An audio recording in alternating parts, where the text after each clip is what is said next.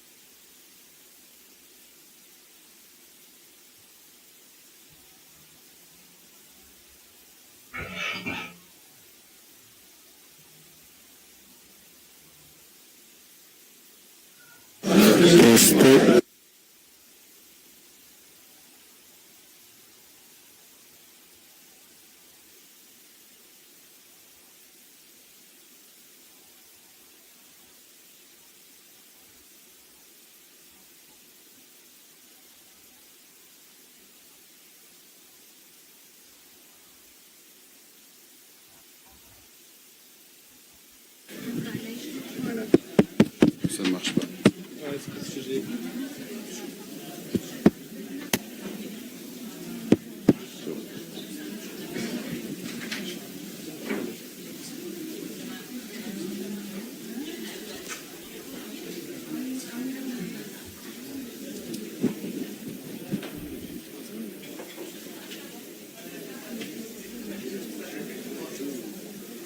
We're really sorry, everyone. We just need a couple of more minutes. We're waiting for Dr. Fatou Bensouda, who's the former ICC prosecutor. She just arrived.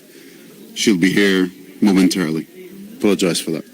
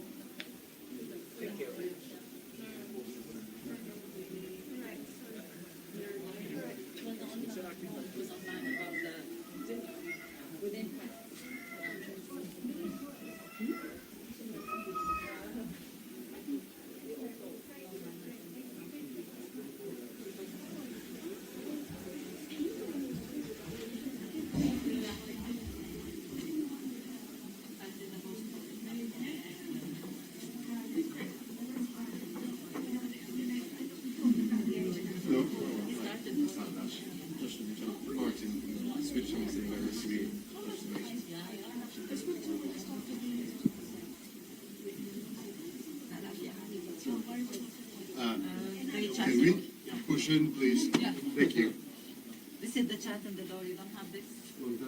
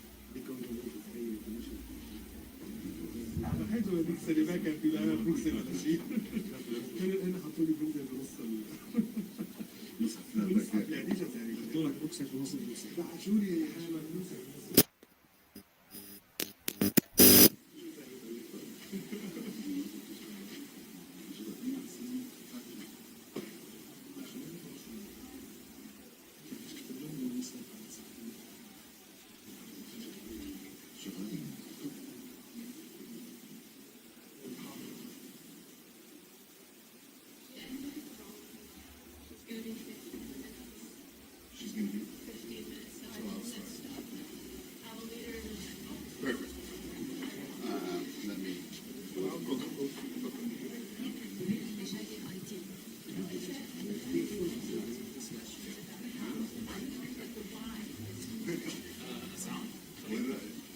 خلينا نبلش وإذا أجت التنظيف خلينا العالم أونلاين. She went to the wrong hotel. She's writing.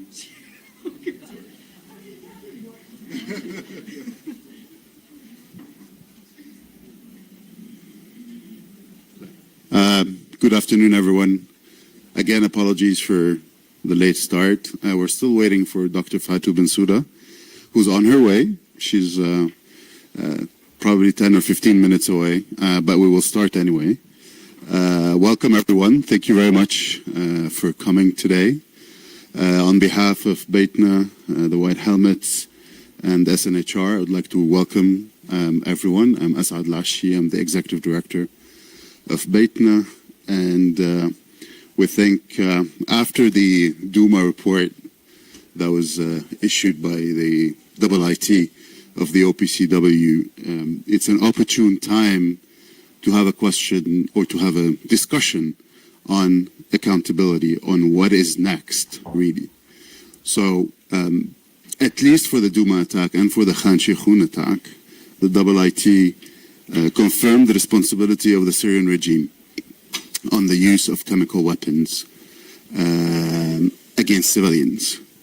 So far, that has gone unpunished, and Bashar al-Assad and his gang are still enjoying full impunity and are being welcomed again, as we saw in the international arena, well, not at regional arena, at least within the Arab world. So thank you for coming for this important discussion, and I'll hand it over. Before handing it over to Lotte, I would like to introduce our speakers, starting with Raed Saleh.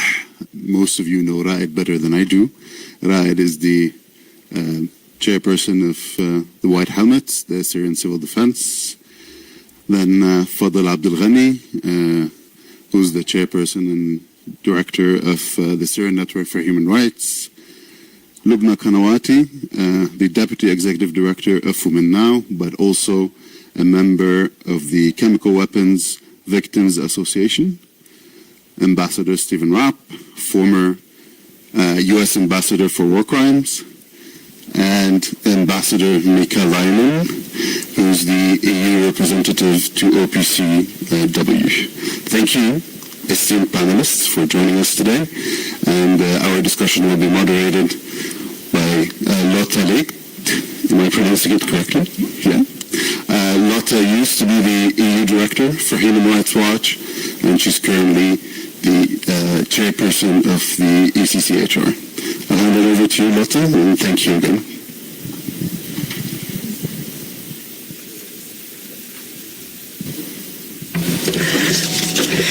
Thank you so much, and thank you everyone for coming here in person, and thank you to everyone who is joining us online. I know that it is many people.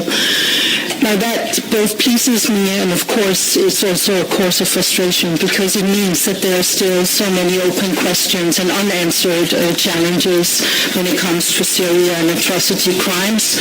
But it also means that there is a profound interest and willingness to advance this agenda and listen to discussions on how to do that. And that's exactly what we intend to do this evening with this extraordinary panel. And let me just start by saying that I am really humbled and extremely proud to be on the panel with all of you, old friends and extraordinary people who continue to make a difference on the ground in Syria, for Syrian survivors and victims, for the advancement of justice, and for the international agenda, not to forget about the Syrians. So thank you everyone for being here. Now, in Syria, people have suffered more than a decade of horrendous crimes. War crimes, crimes against humanity, and yes, the shocking use of chemical weapons. It's almost 10 years ago that the Syrian regime's use of chemical weapons first shocked the international community, killing many, many people in eastern Ghouta, including children and women. The images of the victims and of the survivors were horrific. The human suffering was simply beyond comprehension. And the sounds of international outrage, condemnation, calls for accountability and justice, they were loud. What followed was Syria was forced to join the Convention on Chemical Weapons. It was forced to submit to inspection regimes and destruction regimes under that convention. And what continued then was lies, stonewalling, and further use of chemical weapons, killing civilians in Syria. What we will hear today is more evidence of the fact that the Syrian president's first name in my book, and I think in your book, is impunity. And he's protected by the Russian president, whose first name is also impunity. Russia has prevented the victims in Syria to actually get justice through an international court. Russia has vetoed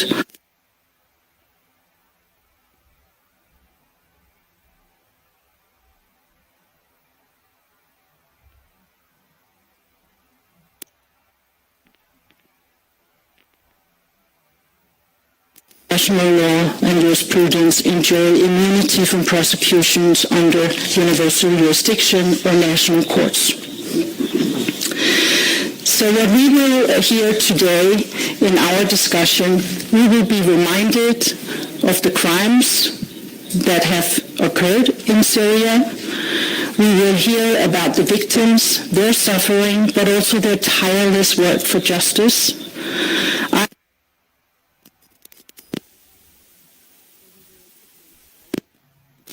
Colleagues, their tenacity, their courage, their humanity, and their dignity, not to demand revenge, but simply to insist on justice. And it is our common obligation and responsibility to really do the utmost to ensure that that happens. So without further ado, because it's not me that you're here to listen to, I will pass on the floor to you, Raed. And you have already been introduced, so the floor is yours.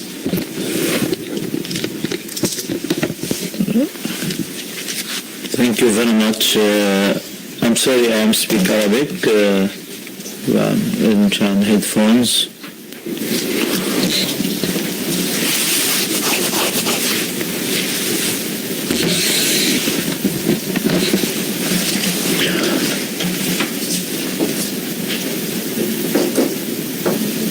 Mr. Ross is here, is the headphone, yeah. Sorry, Karen. You all good? Yeah. شكرا جزيلا جميعا لحضوركم اولا، شكرا لتنظيم الجلسة. الحقيقة طريق العدالة في سوريا يعني طريق طويل جدا، وهو فعليا يحتاج إلى خطوات. يعني دائما نسمع أخبار جيدة بهذا الخصوص، ولكن ليست أخبار اللي بتطمنا 100% لحتى نقدر نحقق العدالة للضحايا. البارحة سمعنا خبر جيد، لذلك حابب اولا يعني اتشكر الحكومه الكنديه والحكومه الهولنديه. هذا الخبر اللي هو مطمئن حقيقه لكثير من الضحايا والمعتقلين اللي تعرضوا اولادهم واللي ما زالوا الى الان يتعرضوا للتعذيب في سجون النظام السوري. هي خطوه مهمه في طريق العداله. ايضا ما حدث في موضوع الاسلحه الكيميائيه منذ 2013 إلى الآن بيانات واسعة لهجمات 2013، لكن كان قرار المجتمع الدولي أخذ السلاح من يد المجرم وليس محاسبة المجرم، وهذه طريقة أثبتت فشلها خلال 10 سنوات ماضية، حيث النظام بعدها استخدم السلاح أكثر من 100 مرة، السلاح الكيميائي طبعا في كثير من المناطق، ومنها تقارير مثبتة دوليا حسب تقرير اللجنة المشتركة في تقرير مجلس الأمن الصادر في 28/10/2017، حيث يقول تقرير أن النظام السوري استخدم غاز السارين في مدينة خان شيخون. والتقرير الأخير الذي صدر في نهاية شهر 1 ب 2023 الذي تحدث بشكل صريح عن استخدام النظام السوري وبدعم من القوات الروسية الأسلحة الكيميائية في مدينة دوما ب 2018. هذه تقارير غير قابلة حقيقة للتشكيك. هذا يعطينا دليل واحد: سياسة الإفلات من العقاب. أكبر مثال عليها اليوم هو بوتين وبشار الأسد. عندما أفلتت روسيا من العقاب أو حتى من النقد، ليس من العقاب، فلم يفكر أحد أصلا في معاقبة روسيا على ما فعلته في سوريا. أصلا لم ينتقد أحد روسيا، وإنما كانوا يدعونها بأنها شريك بالسلام في سوريا أو شريك في حل المشكلة في سوريا.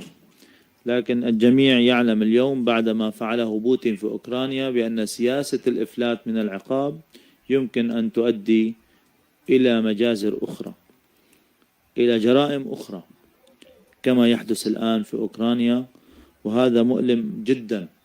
لذلك فعليا على المجتمع الدولي أن يعود إلى سياسة المحاسبة. إذا لم تكن هناك محاسبة سيكون هناك جرائم أخرى، لأنه في سوريا فليس فقط النظام وروسيا من ارتكب الانتهاكات، أيضا إيران ارتكبت انتهاكات. وهي اليوم أعتقد بأنه أيضا النظام الإيراني يمكن أن يتوجه إلى دولة أخرى حتى يرتكب أيضا انتهاكات جديدة. نحن لا نريد هذا الأمر أن يستمر. لذلك فعليا إذا أردنا أن نتحدث عن الأدلة فالأدلة كثيرة، لكن غياب الإرادة الدولية عن المحاسبة هو ما يعيق تحقيق العدالة للضحايا في سوريا، هو ما يعيق تحقيق السلام في سوريا، هو ما يعيق تحقيق الأمن والاستقرار في سوريا. سوريا منذ 12 عام إلى الآن وهي تتعرض لمختلف أنواع الانتهاكات، وأهمها الانتهاكات الكيميائية. لذلك نحن اليوم نتحدث عن سلاح خطير جدا. نعم، النظام دخل في اتفاقية 2013 وكان هناك تقرير مضلل من المنظمة في 2014 بأن النظام سلم الأسلحة، لكن في 2016 صدر التقرير بأن النظام ما زال يمتلك أسلحة كيميائية واستخدمها في كثير من المناطق كما تحدثت سابقا، في 2017 في خان شيخون و2018 في دوما. هم الهجمات الأبرز بعد قرار النظام السوري. وروسيا تعهدت للمجتمع الدولي في 2013 بأنها ستسحب الأسلحة الكيميائية من سوريا، ولكن لم تفعل ولن تفعل، كما هي كانت تكذب دائما. لذلك نحن يجب على المجتمع الدولي أن يمتلك الإرادة للمحاسبة النظام السوري. ومع الأسف هناك خبر سمعناه هذا الشهر، خبر مؤسف حقيقة، بأن الإمارات ألغت إحدى جلسات مجلس الأمن للحديث عن الأسلحة الكيميائية التي استخدمها النظام السوري. هذا أيضا أن العلاقات التطبيع الثنائية بين الدول يمكن أيضا أن تحرم المدنيين من موضوع المحاسبة أو الحديث عن معاناتهم، ليس فقط موضوع المحاسبة. Thank you very much. شكرا لإصغائكم جميعا. Thank you very much, and thank you for reminding us about the fact that atrocities committed with impunity can only encourage further atrocities, and there's no more stark evidence than that than in the case of Russia. Thank you also for reminding us about the lack of taking actions also concerning sanctions against Russia in relation to crimes in Syria. I believe that there is only one EU sanction against also an individual from Iran in relation to crimes in Syria. So the EU and others failed also on the sanctions regime during the height of the crimes against civilians. Now I will pass on the floor to you, Lubna, and I know you will speak about your work also with victims and survivors in relation to chemical weapons attacks. The floor is yours.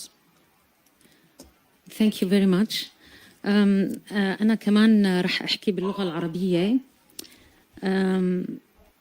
أنا بدي أحكي باللغة العربية لأنه أنا اليوم عم أمثل رابطة ضحايا الأسلحة الكيميائية، وعم أشعر طبعا بثقل أخلاقي كبير وبضغط، لأنه زملائي يلي رح يشوفوني حملوني الكثير من الرسائل.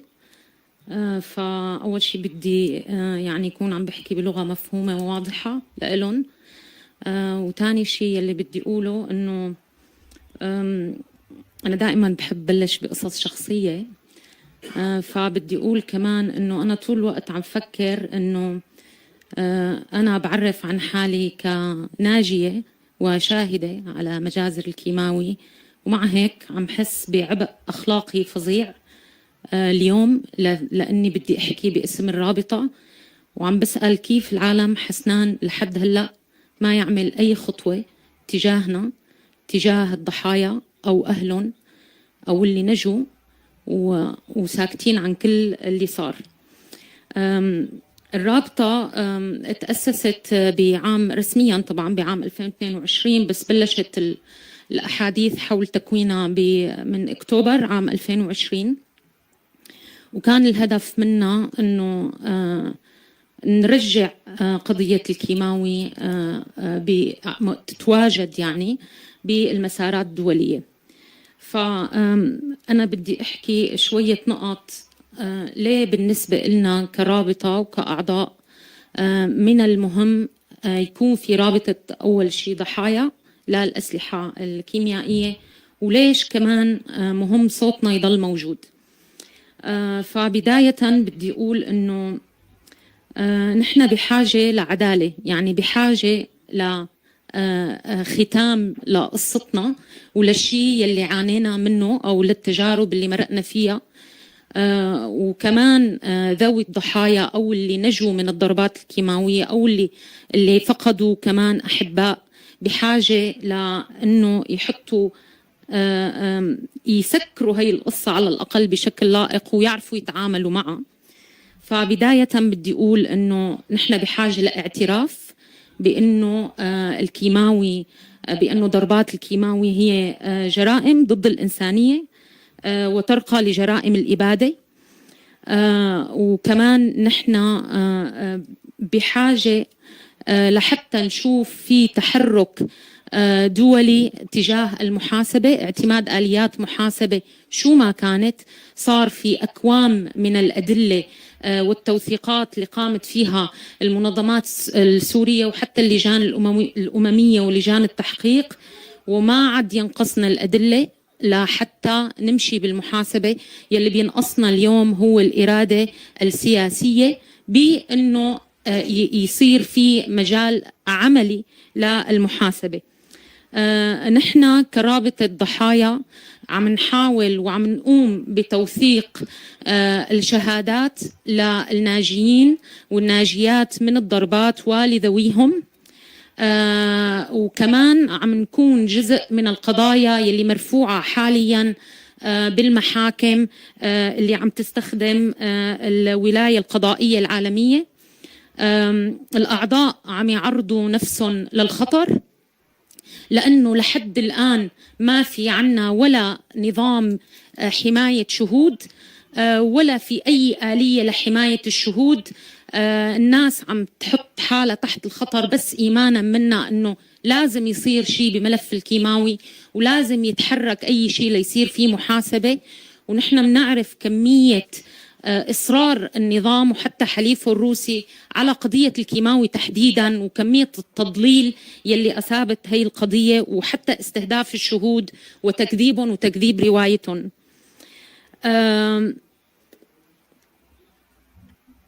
كمان عنا تخوف من أنه التطبيع مع النظام، خاصة بعد خسارة المناطق اللي كانت يعني استعادة النظام للمناطق اللي كانت صارت فيها ضربات الكيماوي، واللي قام النظام بمسح كل دليل على هاي الضربات وبمسح قبور اللي حتى نحن منحبهم، أهلنا وعائلاتنا وأصدقائنا، وإخفاء أي وجود للجريمة. عنا تخوف هلأ أنه هذا التطبيع كمان يمسح الأثر اللي باقي أو الأمل اللي باقي بأنه نحن نطالب بحقنا. نحن بحاجة لبدء عمليات محاسبة، وبحاجة لنكرم كل من استشهد بالضربات الكيماوية، ويكون عنا الحق أنه نزور قبورهم وأنه نحتفي بهذا الموت تبعهم، وما يكونوا مجرد أرقام ونقعد نقول مات بالضربة الفلانية 1000 وبالضربة الفلانية 300. نحن كل حدا منهم له قصة وله عيال وراه وله أصدقاء وناس متألمين ومفجوعين وما حسنانين حتى يمارسوا أبسط الحقوق بأنه يحزنوا أمام قبر أو يقولوا يكون في أي صرح يذكر هدول الناس اللي استشهدوا. أخيرا حقول هلأ هون أيضا الشيء يلي ضروري يصير واللي عم نحس نحن أنه لازم يصير هو أنه يكون في جبر ضرر على المدى القريب. نحن ما معقول نقعد نستنى لا يصير في محاسبة تاركين كل من تعرض لهي الانتهاكات وعم يعاني. نحن بحاجة لخلق آليات لجبر الضرر الهلأ قريب المدى، وهذا فينا نبلشه بالاعتراف فينا كضحايا لا الأسلحة الكيماوية. في ناس في العديد من هدول الضحايا عانوا من طبقات من الانتهاكات، من التهجير القسري والحصار، وخسروا أي موارد عندهم، وهن هلأ بأوضاع نفسية ومعيشية صعبة. للأسف ضحايا الأسلحة الكيماوية هن الأكثر تهميشا وإهمالا، يمكن لأنه هي الجريمة متقاطعة مع كتير جرائم فما عم يتم التركيز عليها رغم الفداحة تبعها. وآخر شيء حأختم بهي النقطة وبدي أقول أنه كتير محزن أنه تكون موضوع الكيماوي هو فقط حصريا على الأعضاء أو الضحايا. يعني نحن عم نحكي عن سلاح كيماوي لازم يكون بهم كل فرد على هذا الكوكب، لأنه استخدام هذا السلاح ضد المدنيين شيء شنيع، يعني ضد أي حدا هو شيء شنيع، ما لازم يخضع لمعيار أنه بيصير وما بيصير، هو شيء محظور. لازم يهم كل حدا أنه يسعى أنه ما يتم استخدام هذا السلاح مرة تانية. شكراً.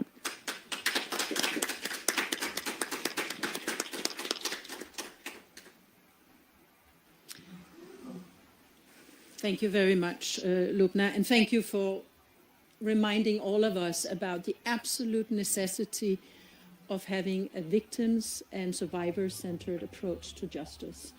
I think this is such an important issue. Thank you also for reminding us, and I think we will get back to this, about the plight of the disappeared. And of course, this is a plight not just for the people who have disappeared, but families are suffering, as you said, from not knowing what has happened to their loved ones. I hope we will be able to hear more from several of our panelists later on about your suggestions for redress and compensation mechanisms and what can be done quickly and urgently in this regard. But we will get back to that, I promise. But now I will pass on the floor to Fadel. Fadel is from, as we heard, the Syrian Network on Human Rights. I'm a big fan of your work, so thank you for everything that you do. And for those of you who have not signed up to their website, please do, because you get extraordinary important information on an ongoing basis. Fadel, the floor is yours. Thank you. Thank you very much, Lud. That's very kind of you. First of all, over the past years, the Syrian Network for Human Rights has partnered with Baytuna to organize events on the sidelines of the Brussels conference. This became an accumulated legacy that we are trying to build upon and move forward with. This year, we have chosen the event to focus on chemical weapons after the release of the third report by the Investigation and Identification Team, IIT, which confirmed the responsibility of the Syrian regime for the chemical attack on the city of Douma on April 7, 2018. The report also highlighted the coordination with Russia as the helicopter that dropped the chemical weapons departure from Aldumer Air Base, which operates under the control of the Tiger forces supported by Russia. The IIT has previously issued 2 reports that also proved the responsibility of the Syrian regime for the 4 chemical attacks. 3 of these attacks were mentioned in the first report issued in April 2020, which are the attacks on Al-Latamna in suburb of Hama on March 24th, 25th, and 30, 2017. The report stated the bombs containing sarin gas were dropped from the air in the attack on March 24th and 30. So the attacks, this sarin gas, 24th and 30. 25th is a chlorine cylinder. This is on Al-Latamna. The second report issued on April 12, 2021, proved the responsibility of the Syrian regime for the attack on Saraqib on February 4th, 2018. What distinguished this report, also similar to the third report, the responsibility of Russia. But the third report mentioned Russia by name. The second report mentioned the Tiger forces, which is supported by Russia. But they didn't mention Russia. Okay, so this is the IIT work. Now, prior to these 3 reports, the UN OPCW, so this is a joint mechanism established by UN Security Council 2235. And I think this is higher than the IIT. This is a joint mechanism established by UN Security Council resolution. So this mechanism has identified the party responsible for 6 attacks. The Syrian regime carried out 4 of these attacks, while ISIS conducted 2. They issued 7 reports. Now, so this is IIT. Then we have the GIM mechanism. Now let's move to another UN body, which is the Independent International Commission of Inquiry, the COI on Syria. Also has documented dozens of incidents involving the use of chemical weapons since 2013. In its 33rd report, released on February 18th, 2021, the COI stated that it has documented 38 chemical attacks in Syria. The Commission attributed responsibility for 32 attacks to the Syrian regime and 1 to ISIS. The remaining 5 attacks could not be attributed to a specific party. According to the report, each incident of the use of chemical weapons constitute to a war crime. Indeed, these international investigation bodies are highly reputable and specialized entity. Their finding, based on rigorous investigation, can be linked to criminal investigations. Clearly stated that the Syrian regime repeatedly used chemical weapons, giving undeniable fact. The event's title, "What is next?" In reality, despite the facts that the chemical attacks in Ghouta was the largest attack in the modern history, and despite the red line drawn by the United States and the threats made by France, along with all previous investigation, progress in holding the Syrian regime accountable for its use chemical weapons has almost non-existent. We have not witnessed implementation of Chapter 7 as stated in all Security Council resolutions regarding chemical weapons in Syria, such as Resolution 2118, 2209, and 2235. The political transition process, which was supposed to pave the way for holding the Syrian regime accountable through a national courts, has failed. no special court for chemical weapons uses in Syria has been established.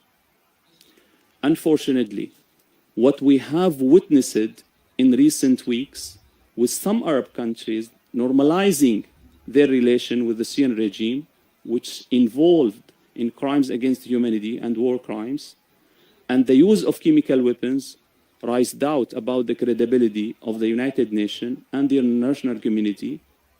It sends the wrong message to, first, approximately 1,514 Syrian citizens, including 214 children, have been killed by chemical weapons and 11,080 injured, that based on SNHR database.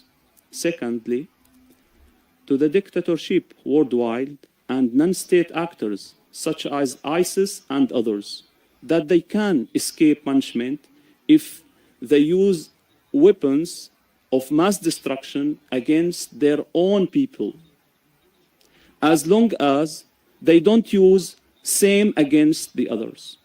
They don't use same weapons, or they don't use them, the chemical weapons, against the other. However, this leniency may encourage them to use such weapons against others.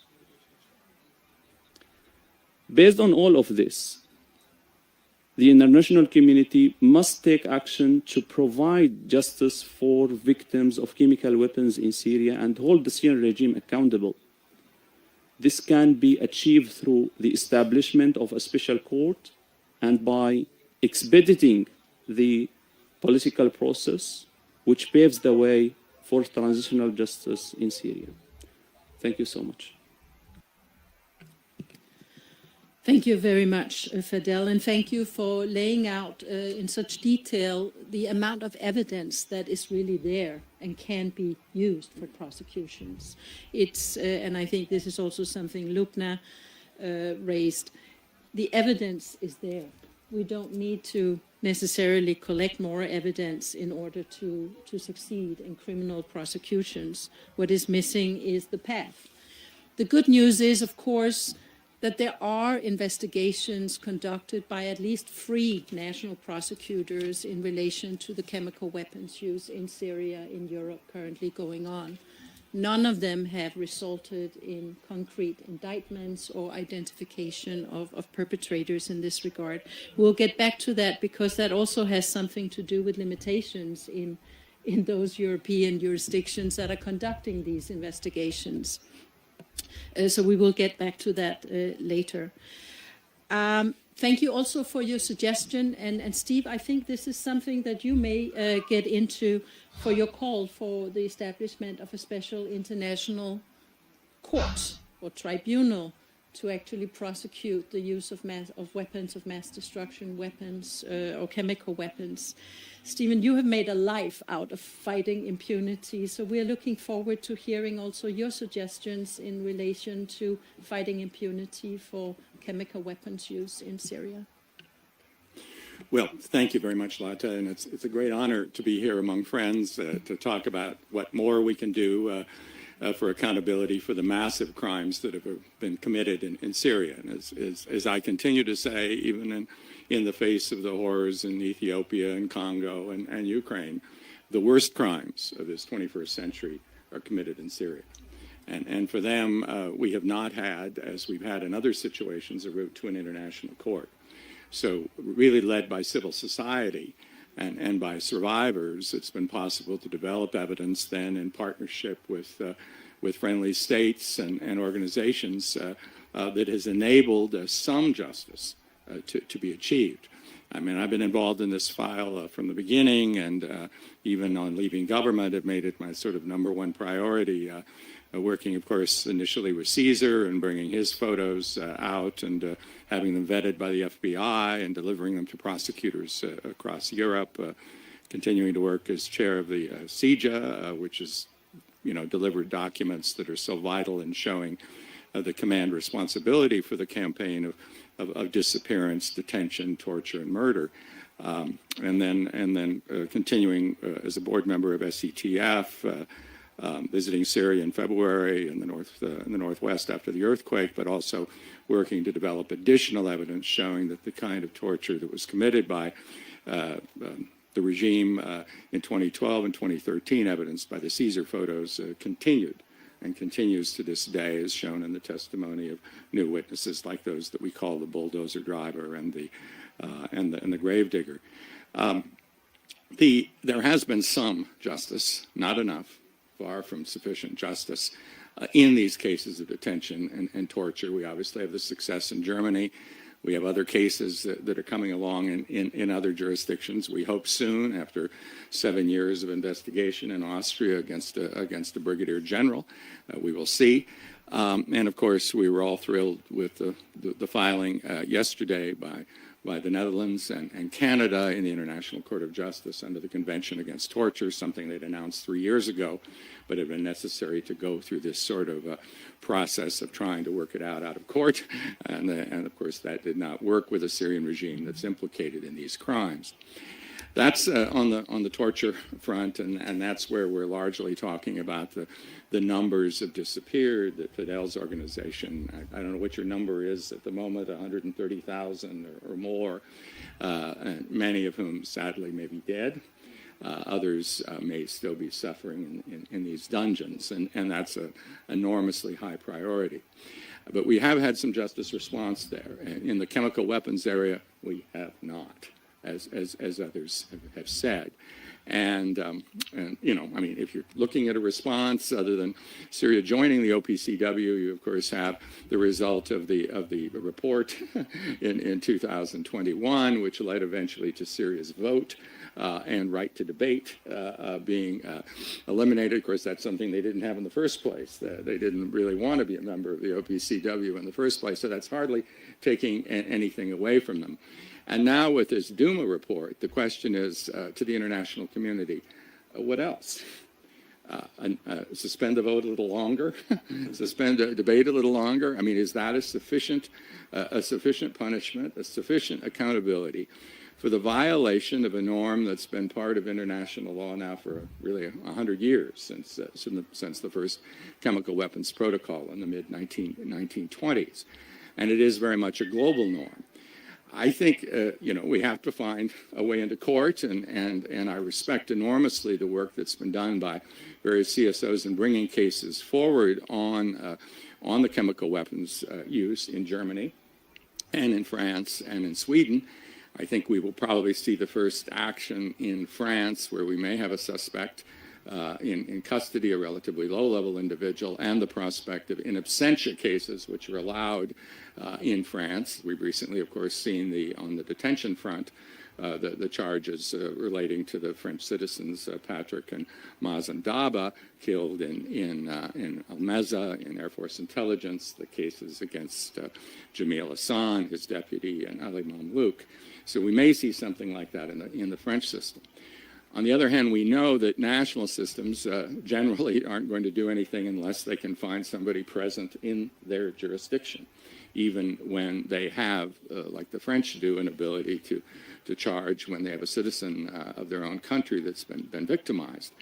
I think in our situation here, we need to have an international court, and I've been dreaming about one and pushing for it behind the scenes and in every forum that I can find since really 2014, since the denial of the referral to the ICC by the Security Council on that 13-2 vote in May of 2014, and we found other ways to sort of work around that. The creation of the independent mechanism, which of course now has an agreement with the IIT to receive evidence on the chemical weapons front and to serve as more or less a prosecutor without a court to develop the files. But we still need the court. I think there's a way forward. And it comes from my own experience. Before I was U.S. ambassador at large, I was an international prosecutor, first of the Rwanda Tribunal, and then as chief prosecutor of the Special Court for Sierra Leone, a court that was created by an agreement by Sierra Leone and the United Nations. It wouldn't have had to be the United Nations. It could have, as we discovered in the Habre case, be a regional organization, or it even could be a group of states.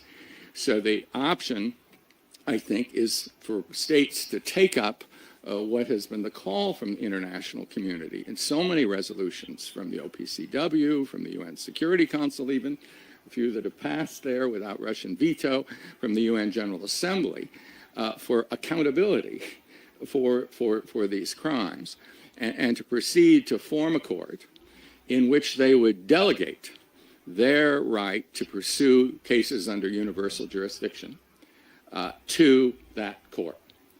That's something that's allowed under international law. It was Sierra Leone that delegated its responsibility, its right to pursue the crimes that were committed in Sierra Leone, even by President Charles Taylor, who never set foot in Sierra Leone, but his lieutenants, those he was working with, those he was aiding and abetting, committed those crimes.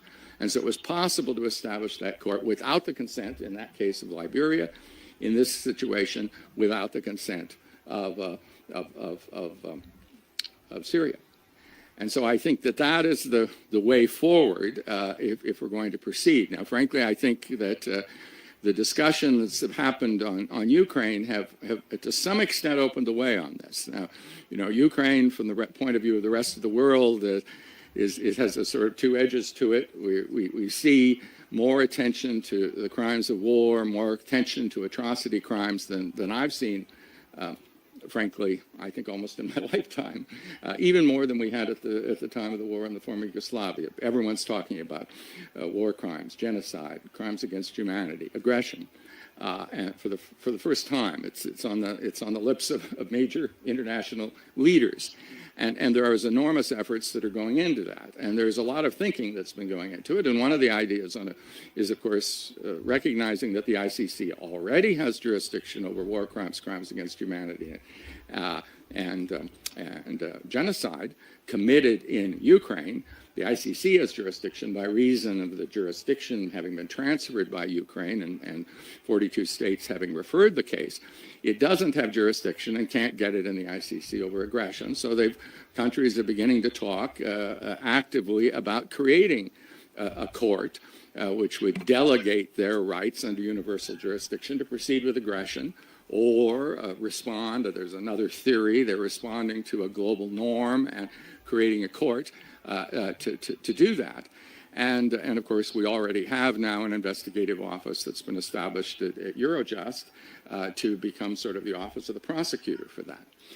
Of course, in the Ukraine context, we also know and feel, and I certainly feel it, certainly when I was in northwest Syria after the earthquake, I mean, and we all know how Syrians feel abandoned by the international community, how they've suffered enormously, how countries haven't come to their aid. Now we have this horrific move toward normalization by the Arab League, and there's this real feeling of hopelessness in this situation, and we need, I think, to counter that. And to some extent, we also hear, well, people care about Ukraine. Why not about us? And I hear that when I go to other parts of the world. Why not a more balanced system? Well, I think we should take advantage of this moment and say, okay, let's proceed on Ukraine full speed ahead, but let's look also at where we've had the worst crimes of this 21st century and do something there as well that follows the same precedents. And I think at least this year, and I don't want to get ahead of it because a lot of consultation needs to occur on this, and Syrian civil society has to be deeply involved in it. And hearing Lebanon talk about reparations and aspects of it, if you get a bunch of international lawyers together, they may not put that in there. You know, we need to make sure that this court can serve all of these interests. But we need to have a core group of states that will essentially respond to the international call for this action and create a court by treaty.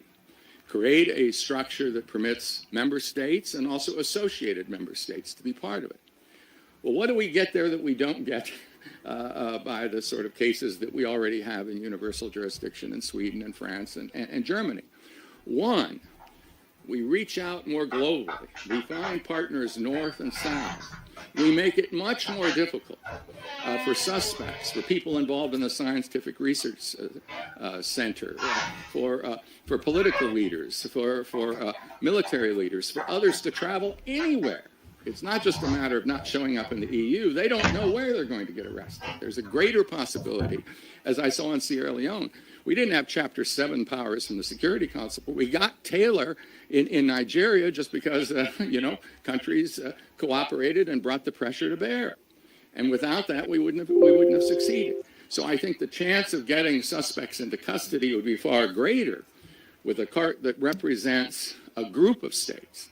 And then secondly, as I think as Lada talked about earlier, we have the prospect of potentially getting around head of state immunities. Who is responsible? I mean, I'm a prosecutor. I always say you have to prove it. But we know that the decisions in that top-down regime come from the leader, from Bashar Assad. And none of these national courts can prosecute the person truly responsible. They'll be picking and choosing, finding a colonel here, a scientific researcher there, a provider of chemical precursors here, maybe getting those people into custody. But they won't be able to charge. They won't be able to put an arrest warrant on. They won't be able to do what the Ukrainians have been able, and the ICC have been able to do, put an arrest warrant against Vladimir Putin. In a sense, there's a better chance now that Vladimir Putin will end up in the dock than Bashar Assad will end up in the dock, even given the fact that one's from a much more powerful country. That's because we don't have an international court, and I think it's time that we have it. And I think that the global message has to be, north and south, is this is a universal norm. I mean, you deal with war crimes, there's always the question of what they're shooting at.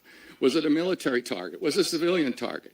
You know, sometimes it's a crime, sometimes it's not a crime. Crimes against humanity. What are the elements that you need to prove? Genocide, the high standard of destroying a whole people, or in significant part. Very, very difficult. But you never can use chemical weapons. There is no excuse. None. There are no exceptions.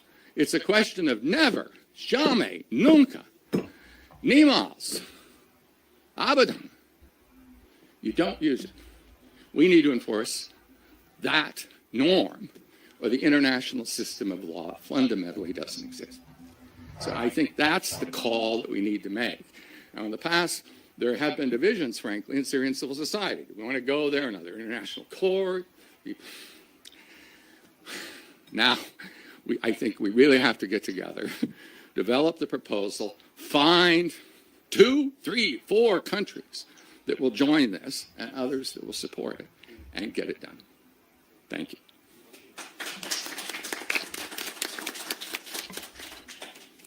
Thank you, Stephen. You definitely did not disappoint in sort of getting us all fired up about what we need to do.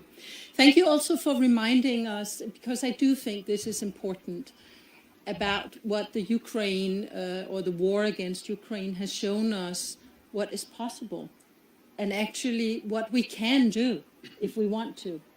And this is an important example, and it should not be used as a jealousy example of saying, well, we can't do it in Ukraine because we didn't do it anywhere else. To the contrary, exactly as you said, we have seen in Ukraine what we can sort of rally in terms of commitment and capacities to pursue justice, and we can succeed. And that should be copied everywhere. And let me just give you a very good example of a person who had all the reasons in the world to be jealous of what happens in response to the Ukraine, or to the war of aggression against Ukraine. 1 year ago, I attended a meeting with a Nobel Prize laureate, Dr. Denis Mukwege. And he's a doctor, as you probably know, who treats victims of horrendous sexual violence in the Democratic Republic of Congo. Democratic Republic of Congo is under ICC jurisdiction, and precious little is happening with regard to justice. And we were there as we were talking, and I was a speaker particularly on the Ukraine case. And he had all the reasons in the world to be jealous of what is happening in Ukraine. And he said, and he stood up, and people actually expected him maybe to take a little bit of the negative route, and he did the exact opposite. He said, as a doctor in my hospital, in the DRC, looking at the victims and dealing with continued impunity for these atrocious crimes that encourage more of the same, I have a reason to be jealous, but I'm not. I say bravo of what is happening in response to the Ukraine or the war against Ukraine.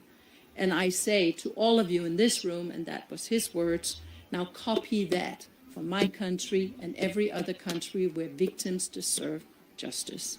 So I think it is important that we use it as a positive example. Now we will move on to Mirko, and Mirko will elaborate on what the EU very concretely is doing to fight impunity for chemical weapons use.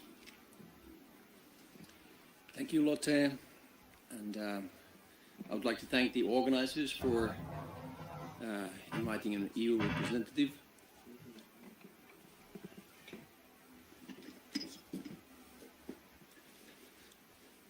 For inviting a representative from the EU to be here today.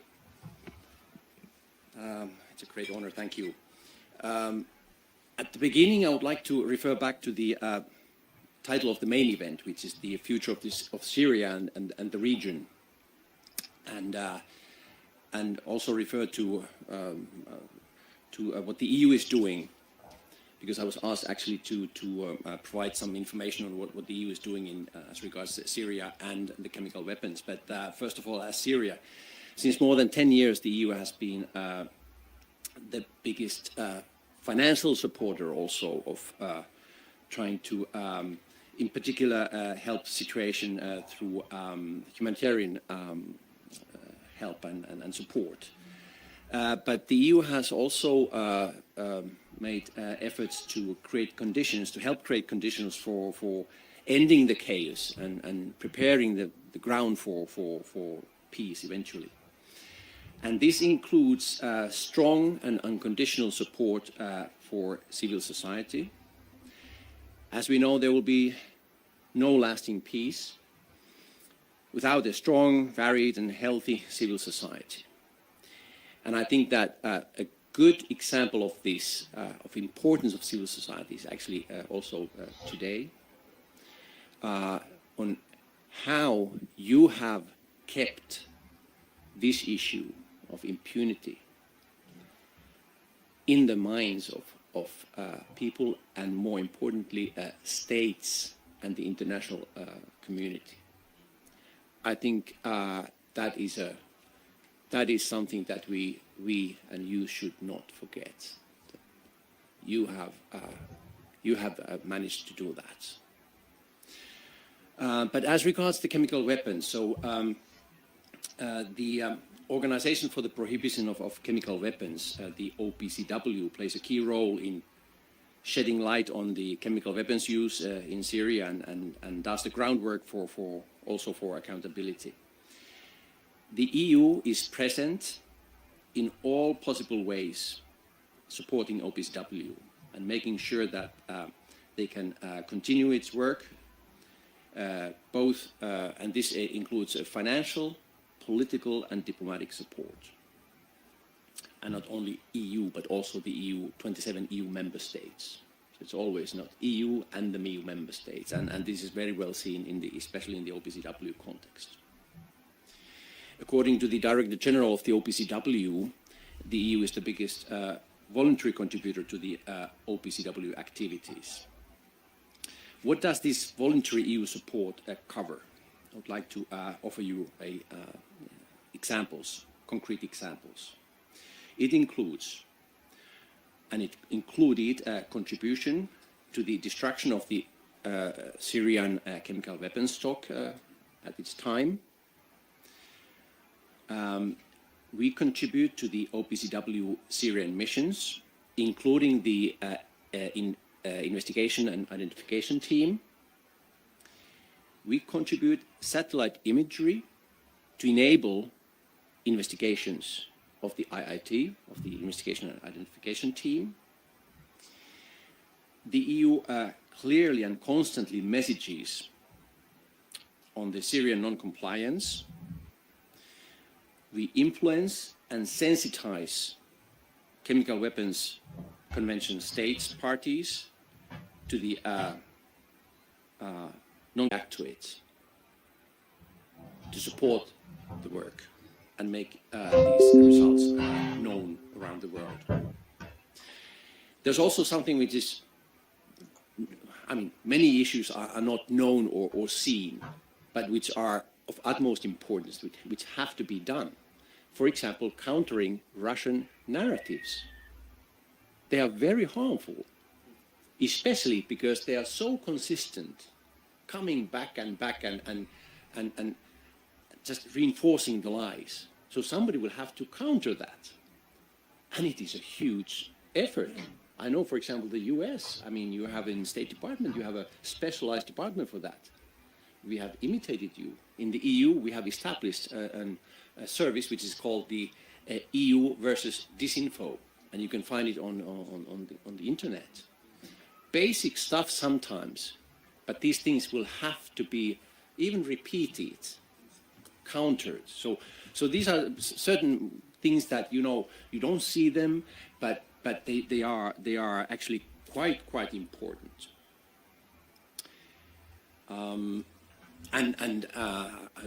For example, we just had the 5th review conference of the Chemical Weapons Convention finalized 3 weeks ago. And around it, there was this, again, massive Russian disinformation campaign.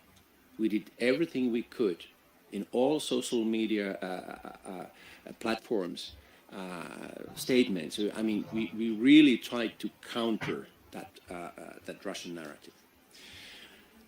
In terms of, I would say at the policy level, the EU is very clear on this one.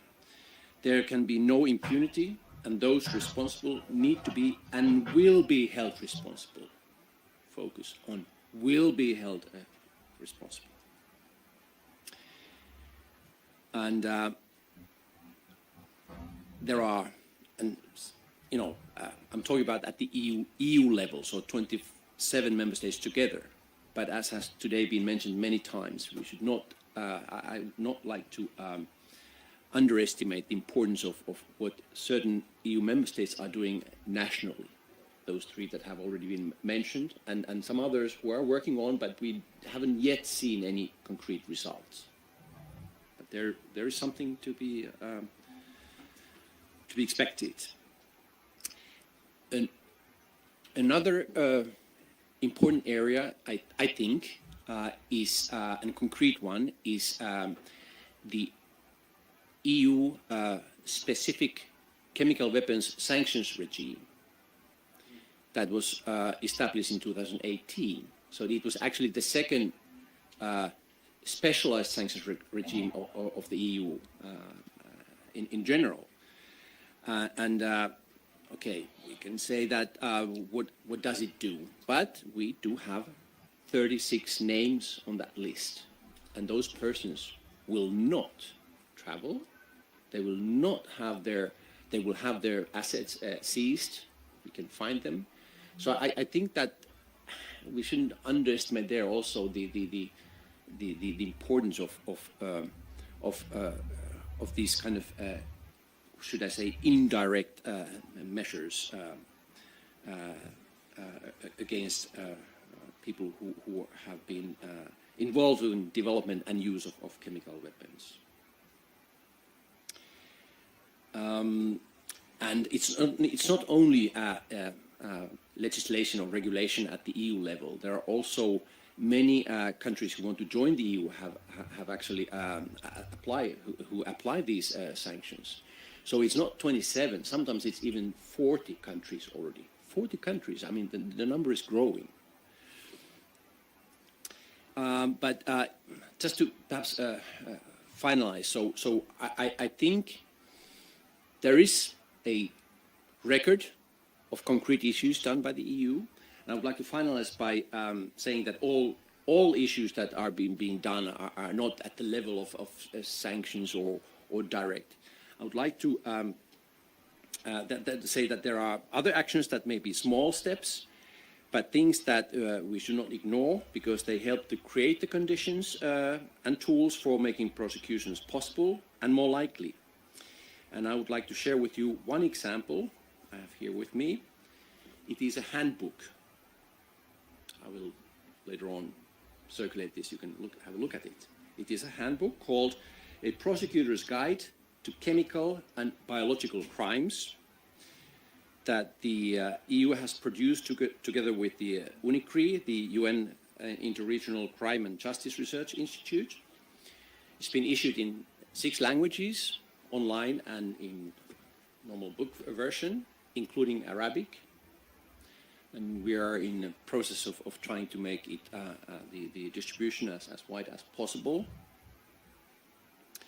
And this will be updated as situations develop and best practices appear and are further identified. So I hope I've been, in a few minutes, been able to convey a picture of EU's approach to tackling impunity for the use of chemical weapons, and that we are contributing in a, I would say, comprehensive manner, directly and indirectly. Thank you very much for your attention. Thank you very much, Mirko. And I think we can all agree that the EU should continue to do what it does, but it can do more. And that is also something that we will discuss. Thank you for again, I mean, just making it clear that the role of civil society in fighting impunity has been absolutely critical when it comes to Syria. And I can tell you that I really don't believe that the cases that so successfully have been prosecuted in Germany would ever have happened had it not been for the tenacity, the courage, and really the determination of Syrian victims and survivors. It's incredibly courageous what they have done. Of Syrian lawyers who worked, among others, with the organization that I represent, the European Center for Constitutional and Human Rights, and Syrian civil society. I mean, what they produced in terms of evidence and pressure and urgency of these investigations to happen was taken seriously by the German federal prosecutor exactly because of the continued push and the professionalism with which they worked. And let me just also say that, and I think this is important also when we talk about chemical weapons use, the cases that have been successfully prosecuted against regime officials in Germany have all concerned detention abuses, so torture. Now that is, of course, in a certain way, and it sounds awful, but an easier crime to prosecute in terms of command responsibility because you have information about who's responsible. Now, what was, however, important about the judgments in this case that took place, the first ones in Koblenz, was that it did not just establish the guilt by those on trial. Actually, the judge established, and the court established this without doubt, that war crimes and crimes against humanity of persecution, torture, and killings happened as part of a state-sponsored policy that came from the very top. Now, this is important because it's the first and so far the only independent judge that has actually established a state policy of torture, killings, and persecution. And the same is exactly what we need also when it comes to chemical weapons. Even if we don't get the very top at the beginning, we can get actually independent courts to establish that the use of chemical weapons, and again, Stephen, you're absolutely right, this is an absolute prohibition. There is no buts. Yeah, maybe in this circumstances, maybe in this circumstances. No, never. Torture is torture is also an absolute prohibition, but chemical weapons use is absolutely prohibited. Now, that goes also, and I think it is important, we talked also about Ukraine and vice versa, back and forth. Now, for many of us who have worked for so long on Syria, we learned a lot from Syrian civil society. We learned a lot about how to respond to crimes when it came to Ukraine. And now what we are learning is how we can produce that back. And just very concrete example of that lessons learned was the importance of gathering evidence in a different way, evidence that can stand the test of court. And that's exactly why the international independent impartial mechanism for Syria was established. And that has been copied now by Eurojust for Ukraine. So this importance of gathering evidence that is ready and can be shared both for investigations but also ultimate prosecutions is so important.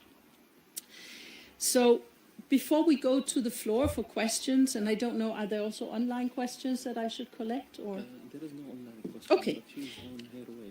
Maybe we can open the floor Yeah. for the panel. Then I think we will open the floor, but I just want one concrete question for you all maybe to just think about. And that was what Lubna said. And I think it is very, very important when it comes to compensation and reparation and how that can't wait. How that can't wait until we have criminal justice. So, Lubna, I just wanted to ask you, but also, Stephen, you reflected a little bit on this too. How do you see a mechanism for actually ensuring that reparations and compensation will be forthcoming, even in the absence of successful criminal prosecutions? Should that be a regional mechanism? Is that something that, for instance, like-minded should just set up now, and that could be a result of the Syria conference? If not this one, then the next one. Or how do you see this coming about? And maybe Lubna, you first. For your... Okay, so Stephen, you can go first. Well, and keep in mind that we have enormous losses in Syria. I mean, half the population is displaced, homes have been destroyed, and property has been stolen, to be frank, by the regime from people that it's murdered. And so, you know, there's an enormous cost to what this regime has done. And fundamentally, everyone needs reparations. So, I mean, one always gets into challenges when you talk about chemical weapons as opposed to the other things. And ideally, we would have a broad reparations mechanism that was non-judicial in character. But if we're doing a chemical weapons treaty and, treaty-based court, I think it has to have a model statute in it that provides for two things. One, financial recoveries, particularly against those entities that enable the crime, against companies and others that may have provided financing or precursor chemicals, et cetera. We've had some actions, as we know, under export law in Belgium and elsewhere for those kinds of violations. But there needs to be that kind of authority so we can potentially get some funding. The second thing is that we do need, and seeing our friend Fatou coming in here, obviously a long service as prosecutor, and before that deputy prosecutor at the ICC. Of course, there's a trust fund for victims, and it is the funds that are in it come from donations from parties that are providing generous contributions, recognizing the importance of reparations for victims, and so you definitely need that kind of fund that's established there. So even before you might get a recovery of several $1 million from some company or somewhere, or for some Syrian frozen assets, et cetera, you would have funds in order to provide reparations. So those two elements. But very clearly, I mean, and it's not an automatic, because I've been in some of the discussions about this, exactly how it's set up. The tribunals for Yugoslavia, Rwanda, Sierra Leone didn't provide for a reparations regime. Yeah, but others have clearly, and the ICC particularly has as well. And so that kind of element, one, for the recovery from the responsible parties, very key, and the sort of enforcement mechanisms and cooperation that you need to freeze assets and obtain them and liquidate them and share them, but also the fund that would be there to deposit the donations from countries that are supporting it. Those two things. Thank you very much. Before I give the floor to Lubna, just to welcome you, Fatou. Welcome to the discussion. We're looking forward to hearing from you. We'll just give Lubna the floor to answer the question as well. I think I will speak in Arabic. أنا بتوقع أنه موضوع جبر الضرر يعني يحتاج حديث معمق مع الضحايا، خاصة جبر الضرر القريب، يعني مو اللي رايح على المحاكمات. فينا بداية نبدأ بس بالاعتراف فينا كناجين وناجيات من هي المجزرة، بالاعتراف بمجازر الكيماوي وبهي الضربات. تاني شيء، في كتير أمور ممكن تصير وإلها أثر معنوي كبير مثل اللي هلأ عم يعملوه أهالي المفقودين والمغيبين قسريا. نحن بدنا نعرف شو صار بقبور اللي استشهدوا، وين راحوا هدول الناس، وين ضلت هي الرفات. يعني هدول الناس كلهم لهم أهالي، وهن عندهم أحقية يعرفوا وين صاروا هدول الناس. يعني بس بنسمع أخبار إنه تم مسح كل هي المقابر، ما عاد موجودة لا بالغوطة ولا بخان شيخون. طيب فينا نعرف وين صارت على الأقل أو انتقلت هي الرفات. بعدين في البرامج يلي عم تصير خلال منظمات المجتمع المدني، وهي البرامج عم تحاول تقدم تعويضات مادية ودعم نفسي وإعادة على الأقل يعني فتح مساحات لهدول الناس يفوتوا بالحياة مرة تانية. في منهم كتير خسروا فرص ولسه عايشين بظروف صعبة نتيجة يلي صار معهم. يعني اللي خسر 20 فرد من عائلته ما فينه يستمر بالحياة بشكل طبيعي. في جهد لازم ينبذل لحتى هدول الناس يحسنوا يرجعوا يتفاعلوا مع الحياة. رغم كل هاي الظروف لسه هدول الناس عندهم الإرادة إنه يصير في محاسبة. يعني رغم شناعة ظروفهم وصعوبة ظروفهم هن لسه مصرين إنه في محاسبة تصير، وعم يسعوا لحتى يصير في عدالة.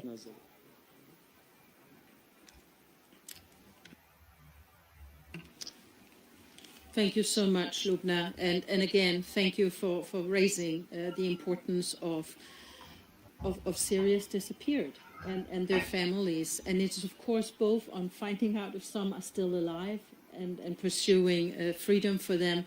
But truth really matters also to settle minds and grief. Well, welcome, Fatou. I'll give you the microphone here, and we are looking forward to hearing from you, from the perspective of your experience as ICC Chief Prosecutor, what you see as possibilities for justice for Syria, and maybe even a back door also to the ICC, because you used it for Myanmar, and maybe you can elaborate on that. Thank you very much, and let me apologize for coming late. It's just been one thing after another. So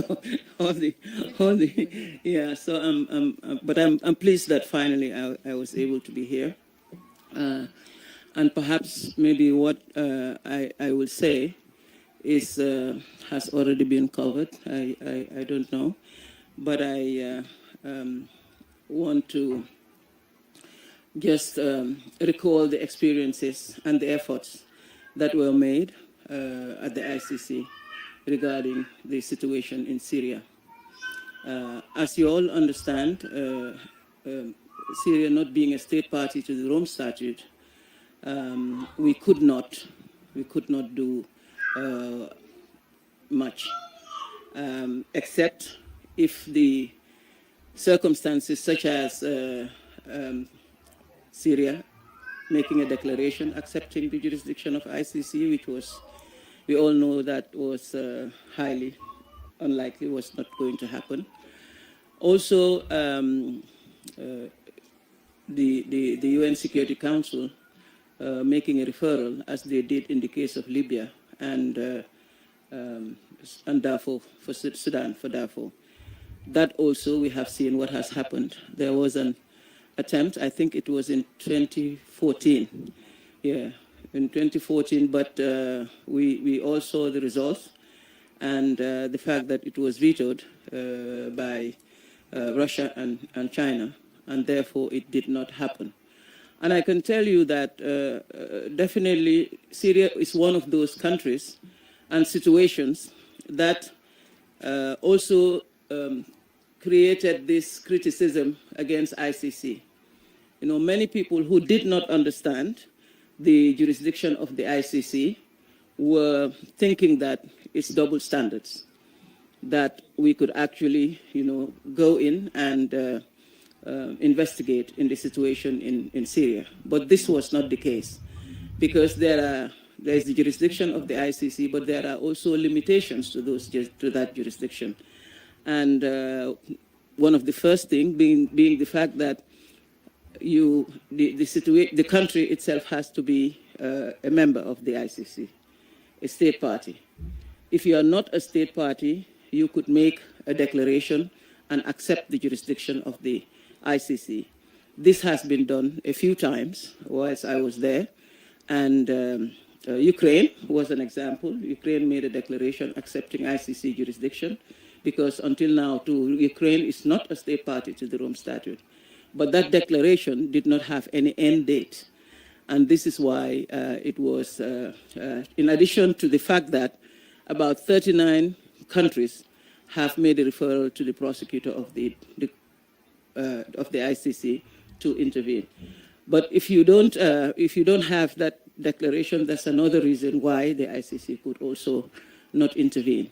The third issue is, the third one is the UN Security Council making a referral to the ICC, asking the ICC to intervene and investigate and prosecute. I think in the last situation, I already mentioned a few words about it. It did not happen. The effort was there. And I know that there was a lot of support from states for that to happen. But of course, eventually it did not pass. So we had this problem on our hands. And one of them, and the issue that, what can we do? What can we do to be able to have jurisdiction and be able to intervene in this situation? And I will give you the example of Myanmar. Myanmar is not a state party to the Rome Statute.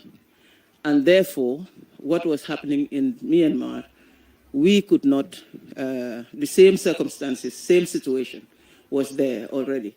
So what we did was that, you know, in trying to find a way to contribute, what we did was that we looked at the crime of forcible deportation. And this was happening as actually a policy of the state in Myanmar, driving them out. And we saw that the crime of forcible deportation, expelling them from Myanmar, once you cross an international border, the crime is complete. And crossing that international border landed them in Bangladesh, which is a state party to the Rome Statute.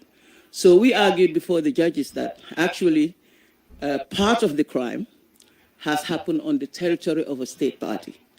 Therefore, we argued before the judges that we can have jurisdiction. We did not, in fact, there were, I'm just forgetting, but I think there were a few attempts after we did the Myanmar of submissions to my office that we could do the same for Syria. But it was not the same. It was not the same in the sense that the crime of international, we could not find the elements of the crime of forcible deportation. Therefore, we could not use that because it's not just that crimes are happening and people run away. That is not the crime. The state must actually say that you have to leave this territory, you don't belong here, go. And I mean, just putting it in simple terms. And that was not what was happening in Syria. So again, we found that we were blocked. And I remember every time I would make a presentation in public, people will be asking me, but why are you not intervening in Syria? So there was the hunger for justice to be done in Syria all the time, and I will go through this to explain that this is the reason why we were not able to do so. I know that, I'm sure you have spoken about it already, there has been a few attempts to have justice in Syria. I would mention the IIIM, but even that one, we know that it's not prosecuting. Yeah, it's not prosecuting. So there's still, it stops somewhere. It's not going all the way. And also the International Commission of, Independent Commission of Inquiry also, has another mandate, but not the mandate to prosecute. The fact that we are at this position, I think is a very difficult one. Because for me, what is clear is that there must be justice in Syria. There must be.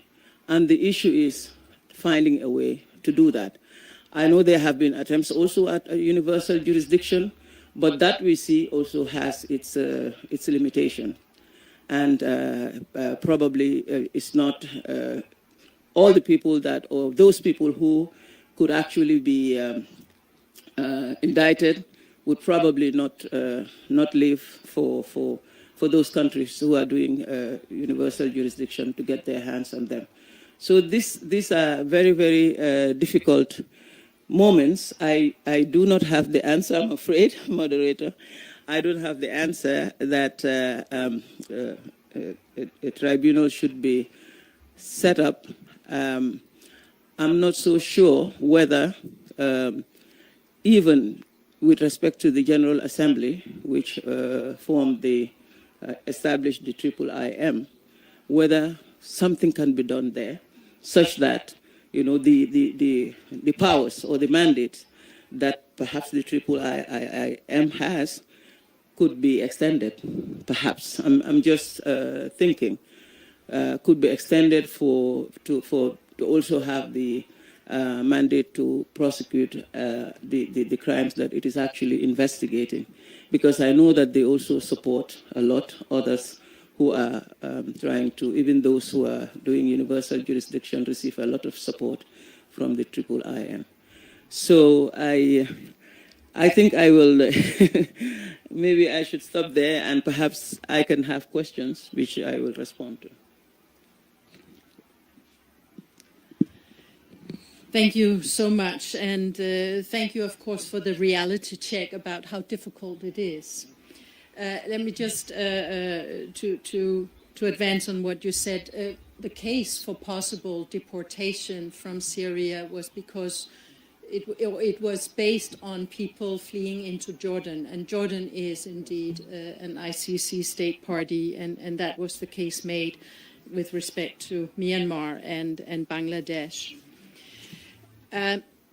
Just a very quick question on that. Would you, because I do think that one of the things that we have been challenged with when it comes to both the creation of new justice mechanisms, but also interpreting existing law in new and innovative ways, and that was exactly what you did when it came to deportation. Could one argue that people were forced to flee? I mean, there's no doubt about that, but they're actively prevented from returning. And could that be a case for the deportation case to be made? I'm just thinking that we should not give up on all of these different avenues, and we should advance the arguments and interpret laws or existing law in new ways. So that's a question. And just to also for all of you in the room, I mean, the IIIM is currently, and that was how they reported to the General Assembly earlier this year, they're currently assisting in the active investigations and prosecutions. They're actively assisting 12 different national prosecution efforts in this regard. And this is important, or 12 judiciaries in 12 different countries. So things are happening and evidence is being shared. And then before I move to the room, because I do think we should go to the room for questions, so.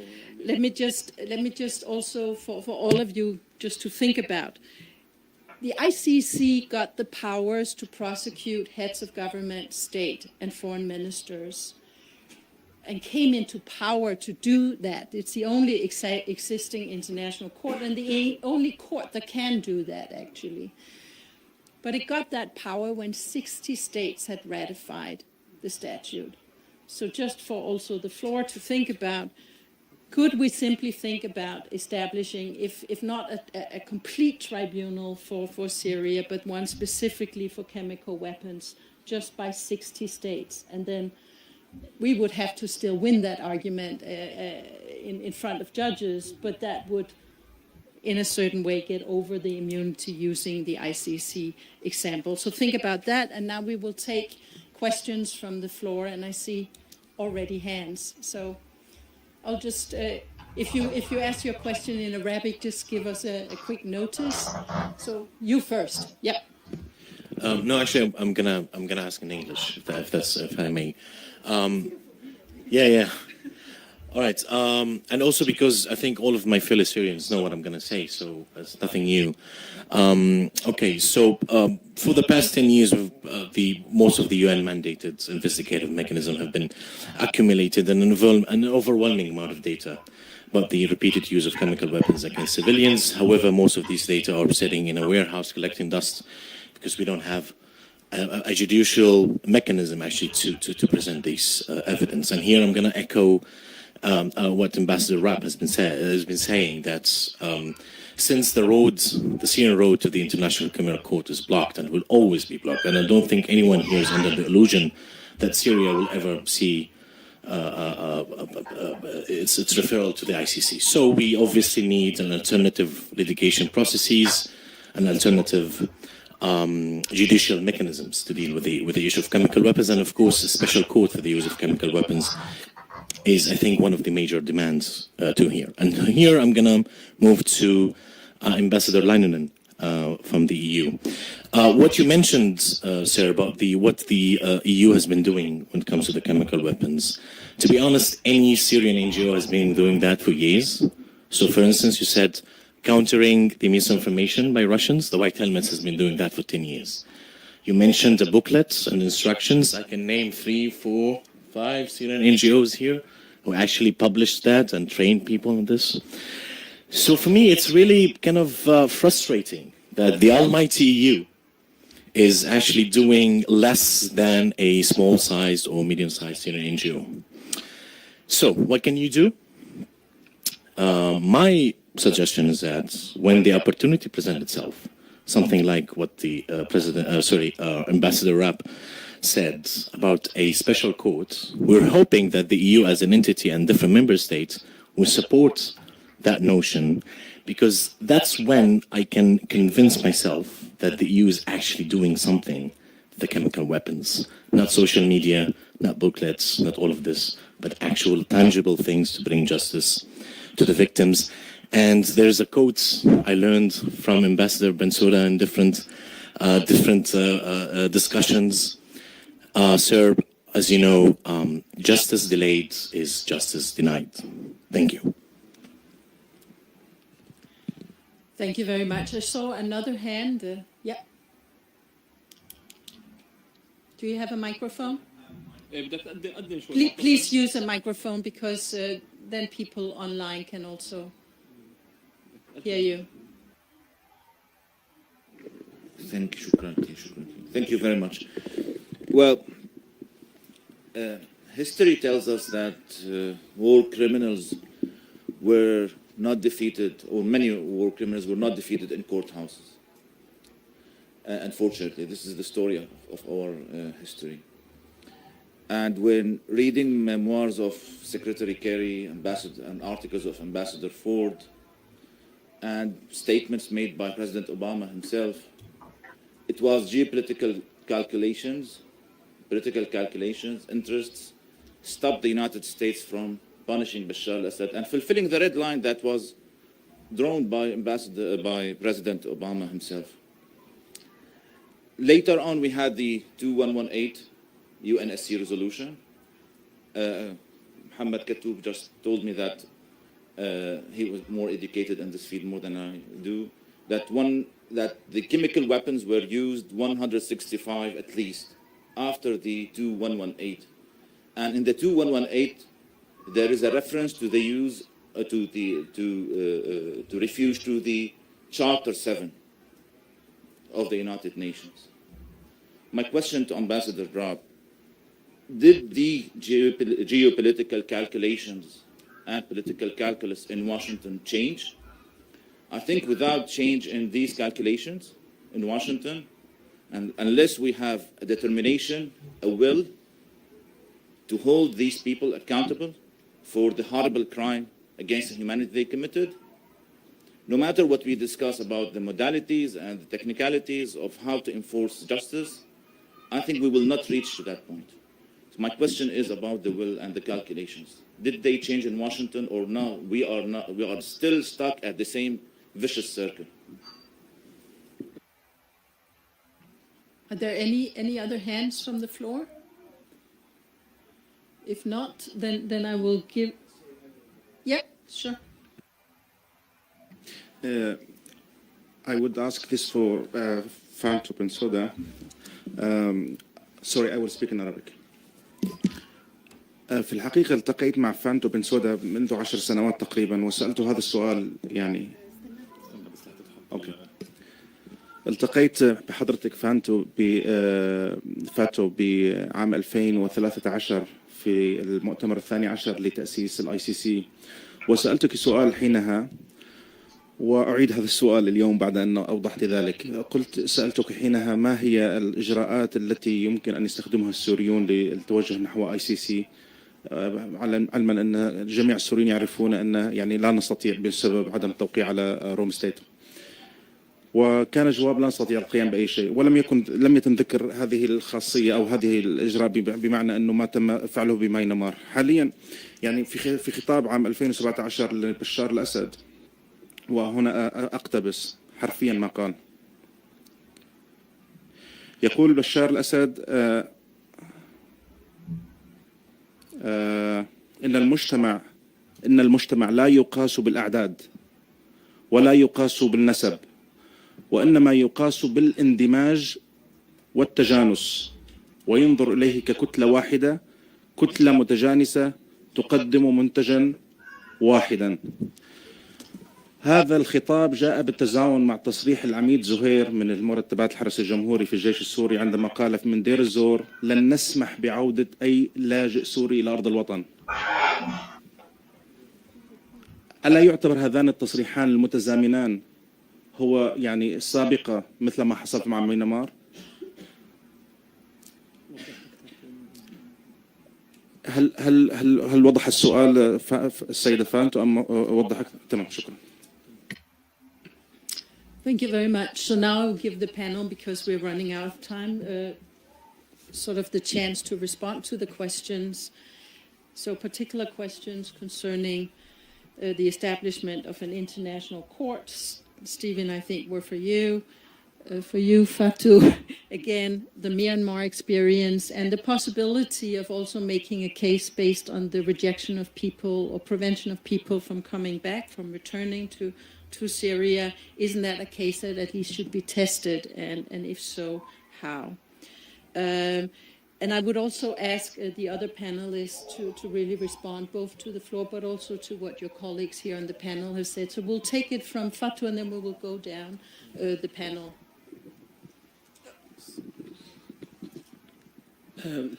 Thank you very much for your question. I don't actually recall when you asked this question, but I mean it's good you've asked it again, and I think our moderator has also asked. I can tell you that we spent a lot of time analyzing the same situation, whether we could use it in Syria, as we have done in Myanmar. But you will recall that Myanmar, I think, happened in 2017, probably, 2017. I don't know whether at that time this statement you're talking about was already out, because I do not remember analyzing that situation before the ICC. But because I really don't know about that statement at the time. But again, I come back to the same question. In our analysis at the time about the Syria situation, it was really a question of the people leaving or being forced to leave based on a state policy. I think in my brief remarks that I made, I have already said this. It was based on that policy that everybody knew about. They were not hiding it. They were just denied nationality, that they should not be here. They have to leave. We did not have it as clear in the situation in Myanmar, in Syria. It was definitely not that. We know that, of course, there was a strong actions by the state. Crimes were being committed on people, and in the end, people decided to leave. This is what we found. But we did not definitely found that the state has decided that this set of people must leave this country because they are not recognized as belonging to Myanmar, and that they were forcibly displaced. Whether they committed crimes or not, they were forced outside of Myanmar. And of course, because a similar situation could have happened in Syria, as you know, because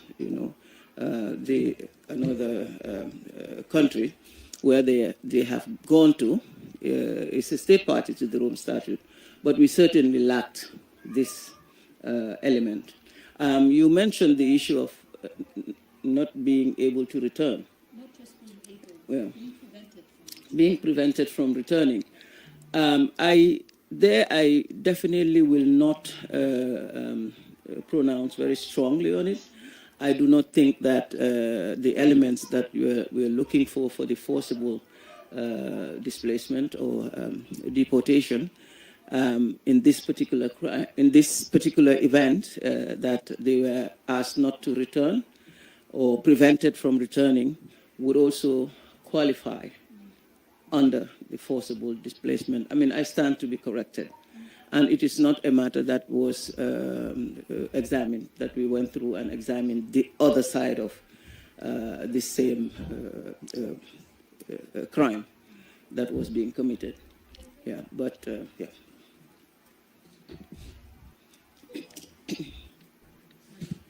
يس شكرا جزيلا. شكرا لمازن اللي رجع ذكرنا انه ومعتصم انه الإرادة هي الأساس.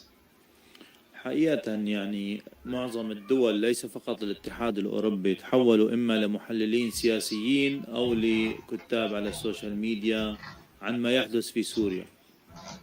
نعم، نحن فعليا كسوريين نحن بحاجة لإرادة. الخوض في التفاصيل والآليات والتشكيل اللجان والمؤتمرات، يعني لدينا نحن القرار 2118 من تحت البند السابع على ينص صراحة على تنظيم على سحب كافة الأسلحة الكيميائية من سوريا.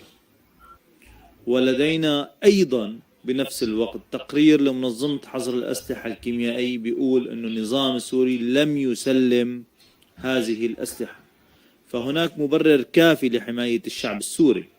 هذا بالنسبة للأسلحة الكيميائية. أما في موضوع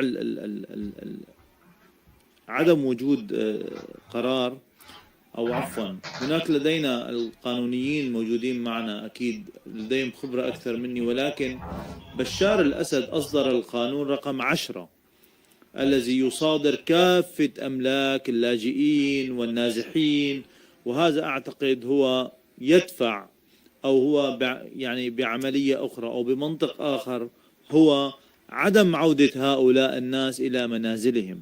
ونحن فعليا يجب التهجير القسري هو فقط سحب الجنسية.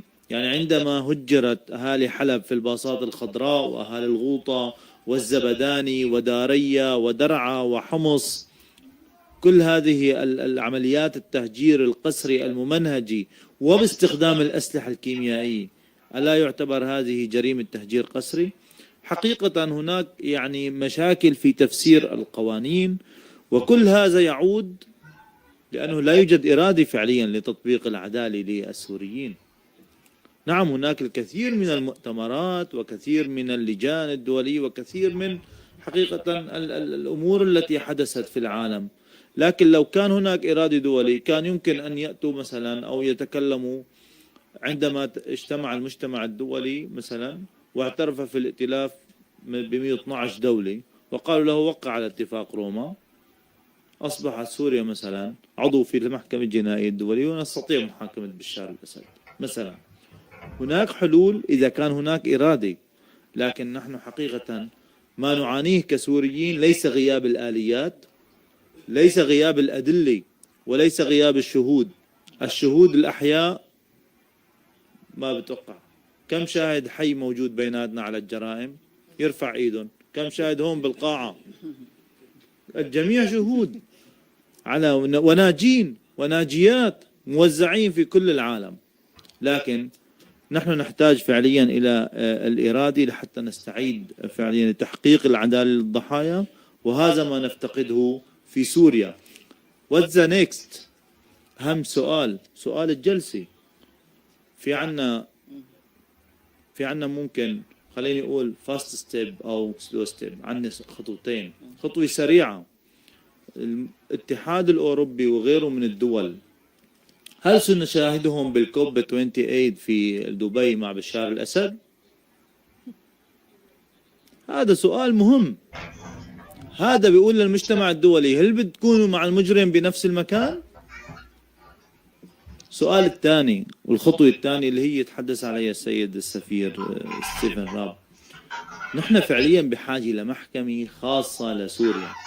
الاتحاد الأوروبي فينه ينشئ هاي المحكمة، وفينا كتير من الدول تنضم لهاي المحكمة فعليا لنبدأ خطوات عملية بدون ما نضل نصرف مصاري على التدريبات والعمليات، لأنه عنا أكثر من 2,000,000 دليل على ارتكاب الانتهاكات، وعنا عشرات التقارير على استخدام الأسلحة الكيميائية. Thank you.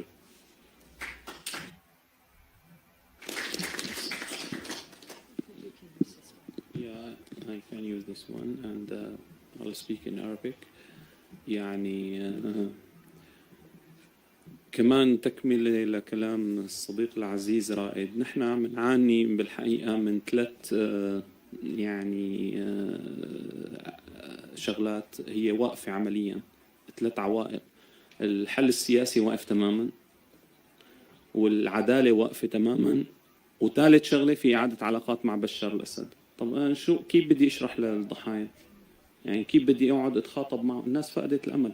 يعني أنا هلا أنا بشتغل، صرنا نحن مؤسسنا بشتغل 13 سنة توثيق انتهاكات. أنا هاي الناس البسطاء كيف شو بدي يفهموا؟ استخدم أسلحة كيميائية ضدي بالغوطة. هلا بدي أقول له أنا بال 2023 صار قصف، أنت تشردت، أعطيني شو عم يصير معك. هلا الناس لبنان عم ترجعنا. هاي الناس فقدت الأمل بالعدالة، فقدت الأمل بالمجتمع الدولي، صار عندهم اهتمام، فقدت الأمل بالعملية السياسية. بنحكي بقى هون اتجاه نحو تطرف وتجاذبات وأيديولوجيات وما إلى ذلك. فهذا التأخر نحن عم ندفع ثمنه نفسيا، عم ندفع ثمنه على المدى الطويل، عم ندفع ثمنه فقدان الأدلة، فقدان الذاكرة. الشهود عم يتنقلوا. نحن عندنا داتا بيز للشهود. يعني نحن اذا بدي احكي شوي بس 30 ثانيه عن منهجيه، كل حادثه نحن بنربطها، بنحط كيف تواصلنا معه للشخص، كيف كذا. هلا خاصه مثلا نحن بنشتغل مع تطلع تحقيقات جديده سواء دوليه او فبنرجع نتواصل مع شو، بلاقي رقمه تغير، بلاقي الواتساب تبعه. هلا شفنا تويتر بده يسكر حسابات قديمه، المصورين ماتوا. هذا كله بتروح قد ما عم نحاول نحن نجمعها ونسيفها وعندنا ملأ، بس هذا كل التأخير في ثمن عم ندفعه نحن. وفوقها إعادة علاقات مع النظام السوري. فيعني هذا انه التأخير وات از نيكست، شو الخطوات التالية. اعتقد انه في تنعمل كثير امور يعني فينا تتاخذ مثل ما حكيت بالمداخله، ما بدي اعيدها. شكرا.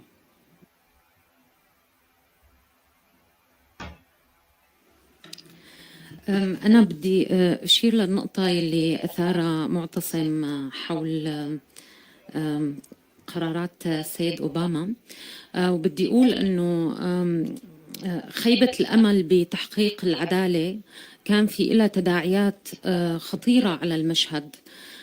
يمكن لسه ما صح لنا الوقت أنه ندرسها، بس أنا شهدت التجييش اللي صار بعد ضربة الكيماوي وبعد خطاب أوباما للفصائل لحتى تتوحد وتنتقم. ونحن صار عندنا الجبهة الإسلامية اللي تشكلت بنوفمبر، اللي هي أكبر تيار سلفي سني. صار في دعوات واضحة وقتها للجهاد، لأنه عم يقتلونا. يعني صار الخطاب المشرعن إنه ما حدا حيجيب لكم حقكم يا جماعة، تعالوا روحوا جيبوا حقكم بإيدكم. فتداعيات عدم يكون في أي آليات للعدالة، نحن مو لسه عم ندفع حقها، دفعنا حقها من زمان وعم يتعمق لسه أنه نحن ندفع حقها يوم بعد يوم، عم ندفع حقها كل يوم. يعني بكل تغيير المشهد العسكري والسياسي وكل شيء صار، لأنه ما في عدالة طول الوقت، والناس ما فينا تضل عم تحكي بهذا المنطق اللطيف، لأنه حجم الألم اللي كان موجود بعد الضربة لا يمكن احتماله. يعني لا يمكن احتماله. يعني ما بعرف، يمكن في ناس هون كانوا كمان حاضرين. الألم اللي كان موجود بعد ضربة 2013 قاتل، لا يمكن احتماله ولا بأي شكل. هي أنا ماني من اللي رح لي ناس بشكل مباشر. الفجيعة كانت الناس عم تتلوى بالشوارع بكل معنى الكلمة. يعني كان بدها أي شيء بس تتمسك فيه لتحس إنه اللي صار ما راح، مو ببلاش. يعني كان مؤلم جدا جدا. ولما فعلا صار في تحرك انه لا حيتحاسب النظام وما تحاسب، الناس انفجرت. يعني الناس كانت عم تفقد عقلها، انه مو معقول. يعني في اكثر من هيك وما صدقتوه. فخلص معناها في تشريع لاي فعل ممكن يقوموا فيه هذا الناس لحتى بس ما يفقدوا عقلهم. يعني هي هذا اللي صار. وللاسف ورغم هيك ضل عم يصير ضربات وعم نموت بشكل مجاني وبدون أي محاسبة. شكرا. Well, I heard two questions pointed in my direction. The first is easier than the second. You've heard me say already that I think the best solution is a special court. We're talking about that right now for Ukraine on aggression. Of course, Ukraine, the country that's victimized, wants the court. Syria doesn't want a court. So it's a different situation. Ukraine is talking with other countries about forming a court for this purpose. Their preferred alternative is to get a UN General Assembly resolution and have a treaty with the UN. Or they could do it with the EU or the Council of Europe, or they could do it with several states. There's worry about doing it with just a few states, because then they could say, well, what's to keep Russia from forming a tribunal with Syria and Venezuela and Belarus and a few countries like that. The situation with Syria, I think, suggests that we already have a UN General Assembly resolution. We already have an OPCW resolution. We already have these global calls for accountability. I think several states can respond to that. 4 or 5 or 6 states, not 60, but several states respond and form a court in which they delegate their universal jurisdiction rights to that court. They seek other countries to join as associate members, and they build a court in that way. Perhaps they later get an endorsement from the UN General Assembly. But to get around head of state immunity, you need a court that's really called into existence by the international community as a whole. That's the challenge, because Syria won't be part of it. You're putting it on them, but countries already can prosecute cases in Syria, and chemical weapons affects the whole world, and it's the reason, one of the multiple reasons that millions have left Syria and certainly been internally displaced in Syria. So there is a legitimate basis to do this, and I think it's time now that we move forward to get several states to do that. Can the EU do it as a whole? I'll turn that to the ambassador. EU relies on unanimity.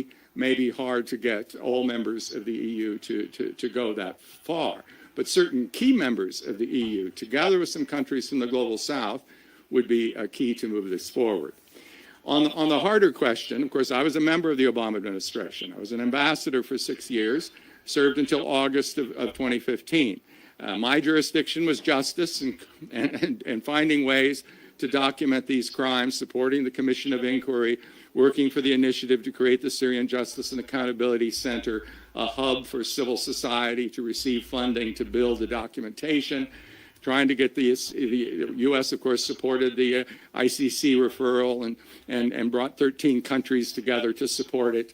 And then, as I left the State Department to work for things like the mechanism for Syria, the international mechanism that was established at the end of 2016. I didn't have a vote on the other thing. I've said myself that I think it was a mistake. If I'd been in the State Department when several dozen diplomats signed a dissent cable, I would have signed it. I understand President Obama's position. He was elected in part because of the revulsion of what happened after the U.S. intervention in Iraq. And he got elected essentially not to do things like that in the future. And particularly after the UK Parliament voted it down, he felt he had to go to the US Congress. And of course, many Democrats didn't want another Iraq. Republicans were against anything Obama was for, so he didn't have the support. And he didn't take any action. I don't think it would have needed to be an Iraqi intervention. That would have been a disaster. But it should have been a no-fire zone, no-fly zone, a situation that could have kept the Russians out, that would have allowed the situation there to be settled on the ground. But it would have had to stop at that. The U.S. wouldn't have gotten boots on the ground as we did horribly in Iraq.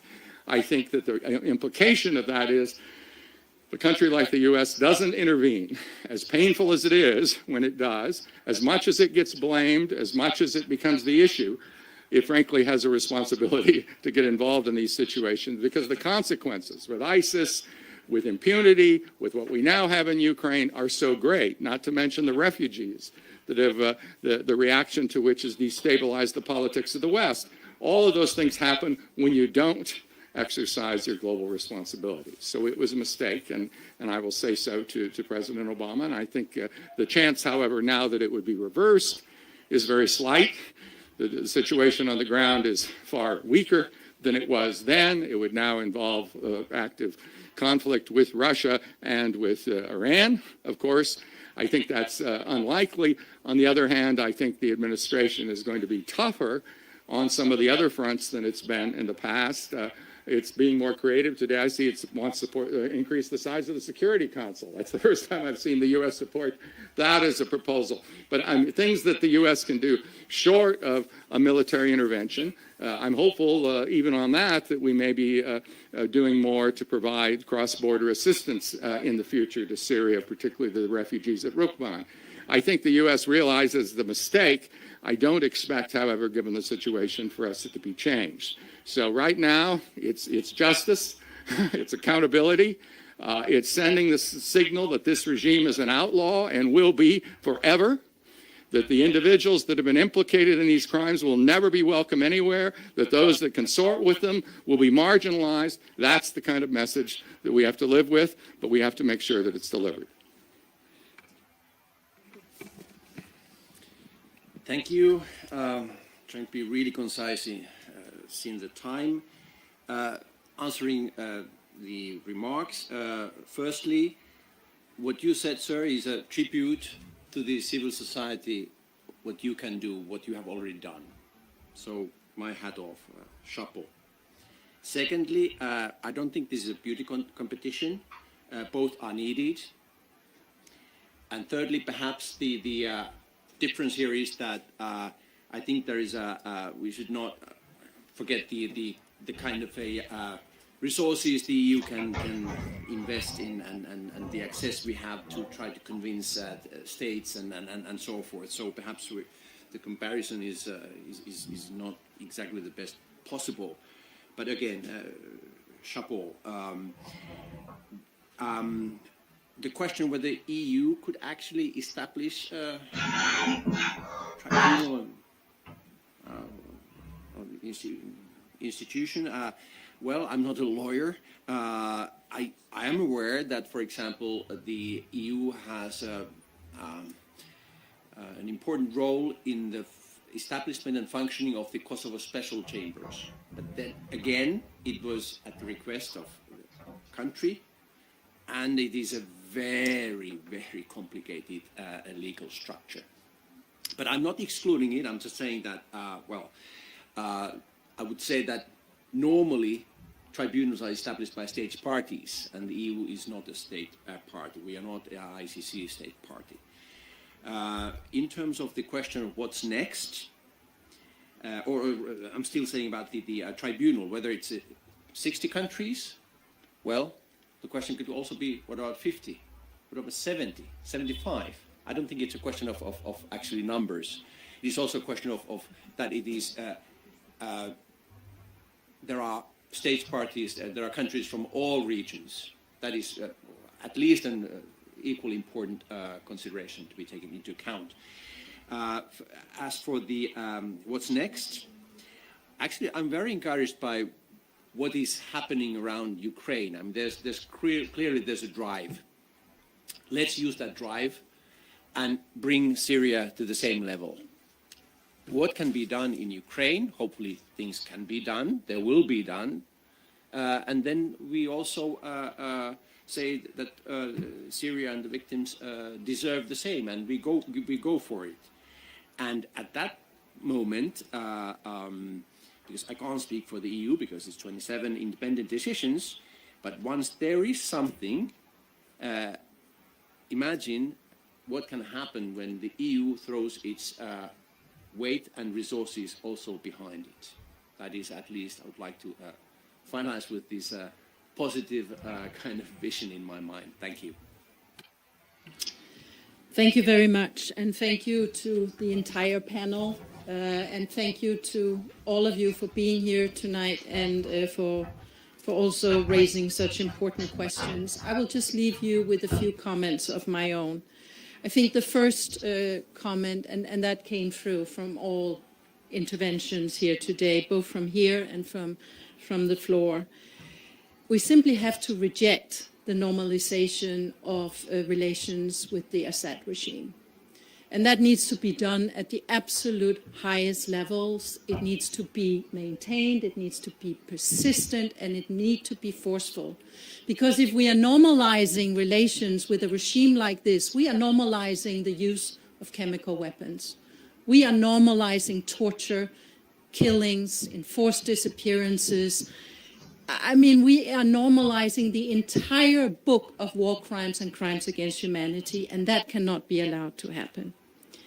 Second, and I think we have heard that too, the EU and others need to put and ensure that victims, survivors, their families, and Syrian civilians, civil society activists are front and center of policies when they're being discussed, when they are being implemented, and how to move forward. I think we have heard here tonight again how important justice and accountability and truth is to all of those affected most by the crimes committed in Syria. And in that regard, there should be no waiting for actually reviewing and improving universal jurisdiction laws throughout Europe and in the United States indeed too. Because only in Europe does Germany have a universal jurisdiction law that allows the prosecutions that we have said, that allows for a prosecutor to initiate the kind of criminal investigations that have happened and successfully lead those to prosecutions and issue international arrest warrants. The reason why France was able to issue international arrest warrants for Jamil Hassan, among others, was because the victims were French or had a French connection. That is not a requirement in German law, and every European parliament, every European government should now review their laws, learn from the German experience, and bring them up to par. Now, I'm saying this also because all of those jurisdictions have within their remit also to investigate and prosecute and issue arrest warrants then if they review and amend their laws for the use of chemical weapons. And the only free people who are immune from prosecutions by national courts is the president, the foreign minister and the prime minister, and that is while they are sitting in their positions. But they should still be investigated, and arrest warrants should be there for the moment that they may not sit in those positions anymore. And I'm saying this also because I do think it is important to establish an international special tribunal for the use of chemical weapons in Syria. I agree on that completely. But if we want such a tribunal to be able to overcome the immunity challenge that it will be faced with when it comes to the key person on the top of this cake, namely al-Assad, then it needs to be a truly international tribunal. And then there are requirements as to how international it is. And that is why I just put it on the table and saying the ICC got those powers when 60 states had ratified the statute. And that could at least be a direction that we need to understand. And we're facing the same questions today, and I'm involved in this concerning Ukraine and a special international tribunal for the crime of aggression. There would be no reason for establishing such a tribunal if it couldn't prosecute the very top, those who are responsible for the leadership crimes. I also think, and we heard this and you said it so well, it is important that we challenge the notion that there are safe areas in Syria. EU countries should come to a common and very strong position that Syria is not safe and nobody can be returned to Syria against their will. My own home country has not come to that conclusion. I'm Danish. It is pathetic and it is embarrassing and it's absolutely horrible that Denmark has established that certain areas in Syria are safe and want to return people to those areas. Finally, and I will just quote, because I do think that that is also what I leave everybody with. I want to quote the last, and he unfortunately has left us only just a few months ago, but the last living prosecutor from the Nuremberg trial, Benjamin Ferencz. I count to those who have had the privilege of working with him, learning from him, and he never stopped reminding us to never give up, never give up, never give up. And I will ask all of you to also keep that in mind. And he lived his entire life of never giving up on justice. So thank you so much for coming this evening. Thank you to our panelists, thank you to the audience, and thank you to the organizers. Thank you.